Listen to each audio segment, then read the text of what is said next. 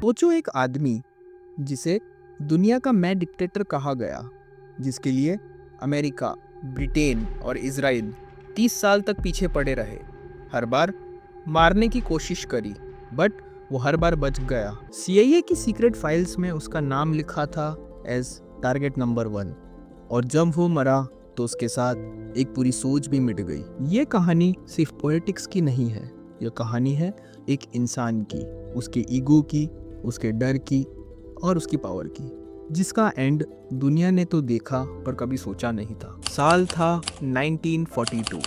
Gaddafi का जन्म Libya के एक छोटे से शहर सिरते में हुआ था।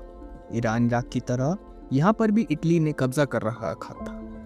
गद्दाफी का जन्म एक टेंट में हुआ था, वो भी एक आम साधारण फैमिली के अंदर। न उसके पास पीने को पानी था, न इलेक्ट्रिसिटी थी। गद्दाफी की माँ कहती थी आज़ादी सबसे बड़ा धन है। गद्दाफी के जो टीचर्स थे वो कहते थे कि ये लड़का बहुत बड़े सपने देखता है। और एक दिन स्कूल में गद्दाफी के इटालियन टीचर ने उसे एरोगेंट अरब कह दिया था, जिसके चलते गद्दाफी ने ये डिसाइड कर लिया था कि वो अपनी इज्जत वापस लेगा। इजिप्ट के गमल अब्दिल नसर से इन्फ्लुएंस, अरब नेशनलिज्म से इंस्पायर होकर गद्दाफी ने दोस्तों के साथ डेजर्ट में बैठकर मोनार्की की बुराई करता, एक दिन हम बदल देंगे सब कुछ। आप सोचो, कभी आप ऐसे इन्वायरमेंट में पैदा होते तो आप नेशनलिस्ट बनते या रिबेल बनते? तो यहाँ से चालू होता है गद्दाफी का सफ़र। सबसे पहले Gaddafi royal military academy join करता है और वो वहाँ पर एक सीक्रेट ऑफिसर्स मूवमेंट की शुरुआत करता है। उसका मेन टारगेट था कैसे करके लीबिया से मोनार्की को हटाए और लीबिया को एक असली अरब देश बनाया जाए। साल था 1969। Without firing a single shot king के पैलेस पे छोटा सा ब्लडलेस कूप करता है गद्दाफी। गद्दाफी सिर्फ 27 साल का था जब। Power look, green uniform, shiny badges, golden revolver, female bodyguards जिनको अमेजोनियन गार्ड्स कहते थे। स्टाइल ने सबको शॉक किया था। आपको क्या लगता है गद्दाफी यह सब कर कर क्या डिपिक्ट करना चाहता था? इनसिक्योरिटी या सिर्फ कुछ फैशन सेंस था? गद्दाफी की आलोचना करने वाले न जाने कैसे वैनिश हो जाते हैं। सीक्रेट पुलिस टॉर्चर करती थी, कंट्री में फियर की डेमोक्रेसी चल रही थी, पब्लिक स्पीचेस में self style titles, brotherly leader, king of Kings कहने लगे थे। साल था 1981। अमेरिका ने लीबिया को एज अ टेररिस्ट स्टेट घोषित कर दिया था, लेकिन ये लेबल सिर्फ इसलिए दिया गया था ताकि अमेरिका उसके शिकार का शिकार चालू कर सके। सीआईए के सीक्रेट मिशंस की शुरुआत होती है। सबसे पहले सीआईए ने अपनी सीक्रेट फाइल्स के अंदर गद्दाफी को एज टारगेट नंबर 1 मेंशन कर दिया था। उसके बाद एयर स्ट्राइक्स, असैसिनेशंस, सारी चीज़ें करी गई, लेकिन गद्दाफी हर बार इन सब चीज़ों से बच गया। कुछ ही सालों बाद secret meeting US agencies backdoor से गद्दाफी की गवर्नमेंट से बात करना चालू करती है और 2004 में गद्दाफी अपना WMD प्रोग्राम छोड़ देता है और तभी से वो वेस्ट के लिए एक फ्रेंड बन जाता है।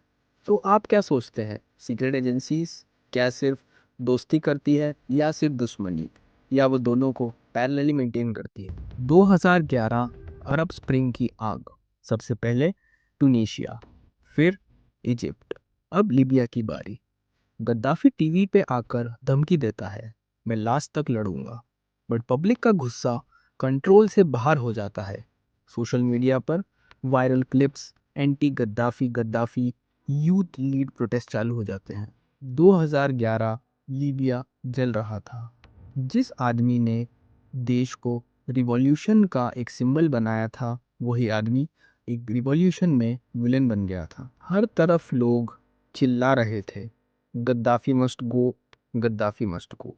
बट गद्दाफी टीवी में बैठकर यह धमकी दे रहा था कि वो अपनी लास्ट सांस तक लड़ेगा। उस दिन पावर ने अंधा कर दिया था गद्दाफी को। गद्दाफी छिपा हुआ था सिरते के एक ड्रेन में। एक वक्त का किंग ऑफ किंग कहलाए जाने वाला अपनी ही जमीन पर भगोड़ा बन चुका था। जब क्राउड ने उसे घसीट कर निकाला तो उनका गुस्सा फूट पड़ा। एक समय का रिवॉल्यूशनरी लीडर अब मॉब्स का टारगेट बन चुका था। आयरनी देखो, जहाँ से गद्दाफी ने अपनी कहानी की शुरुआत करी थी, वहीं सिरते में उसका अंत होता है। पावर जिसके लिए गद्दाफी ने सब कुछ जला दिया था, वही पावर उसका कब्रिस्तान बन जाती है। ईयर्स लेटर डीक्लासिफाइड फाइल्स से यह क्लियर हो गया कि गद्दाफी के डाउनफॉल में वेस्ट का हिडन हैंड था। ना सिर्फ मिलिट्री एक्शन पर इंटेलिजेंस और डिप्लोमेसी में भी गेम चेंज हुआ था। यूरोप ने पहले गद्दाफी को टॉलरेट करा, और जब पॉलिटिकली मूड चेंज हुआ तो उन सब ने गद्दाफी से अपना चेहरा मोड़ लिया। गद्दाफी गया, बट उसकी कहानी अभी भी जिंदा है। लीबिया आज भी टूटा हुआ है, फॉरेन फोर्सेस, मिलिटेंट्स और ट्राइब्स में। और सबसे बड़ा सपना टूट गया जब वो सपने में फ्रीडम और डर एक सेंटेंस में लिख गया। हर डिक्टेटर यही सोचता है कि वह एक नई हिस्ट्री लिखेगा, बट हिस्ट्री उसके खिलाफ ही लिखी जाती है। शायद गद्दाफी का सबसे बड़ा क्राइम यह नहीं था कि उसने लोगों पर राज करा था, बट उसका सबसे बड़ा क्राइम यह था कि जो उसकी पावर थी वो उसके ब्रेन में एडिक्शन बन गई थी। तो आपके लिए यहाँ एक सवाल है कि कभी आपको भी एब्सोल्यूट पावर दी जाए तो आप गद्दाफी बनेंगे या गद्दाफी को हटाने वाले बनेंगे? तो आप अपने थॉट्स कमेंट सेक्शन में दीजिए और लाइक, शेयर, सब्सक्राइब ज़रूर कीजिए। और आप मुझे बताइए कि आप अगली स्टोरी किसके ऊपर सुनना चाहते हैं, और इस वीडियो पर अपना प्यार दीजिए ताकि मेरा मोटिवेशन ऐसे ही बना रहे। धन्यवाद।